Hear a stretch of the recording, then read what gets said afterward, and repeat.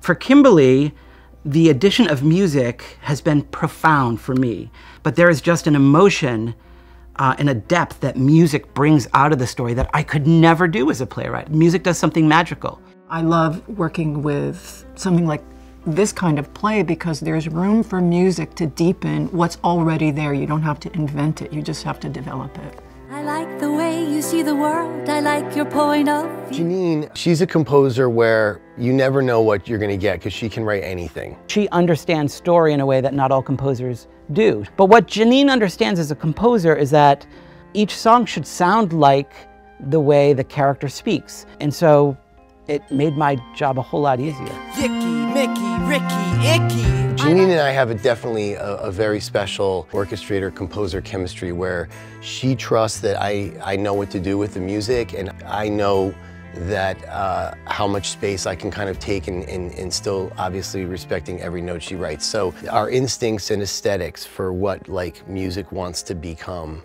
sort of marry in a really cool way, and she really gives me a lot of space to go and run with it. Working with Jeanine and John Clancy, our orchestrator, is they're like my favorite people to work with because they're just fantastic collaborators. I'm really pulling from like all the music I grew up on and studied since I'm a kid, and every piece of music comes your way. You're pulling from the things that inspired you. Great Adventure was one of the last songs that we actually wrote together, and we knew it was going to be the last song in the show. I think we knew that we wanted ukulele in it, and that's pretty much all that we knew. At last, a great adventure.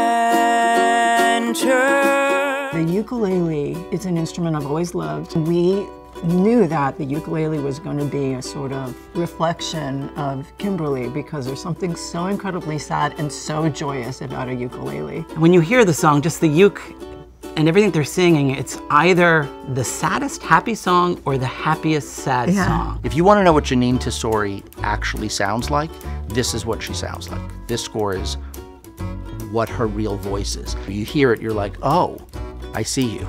For me, it's really about a vibe. It's about a rhythm and about then matching the inner life to the outer life. So what a character is hearing in New Jersey in the 90s versus what a character is singing inside their hearts. That's where the music lives for me.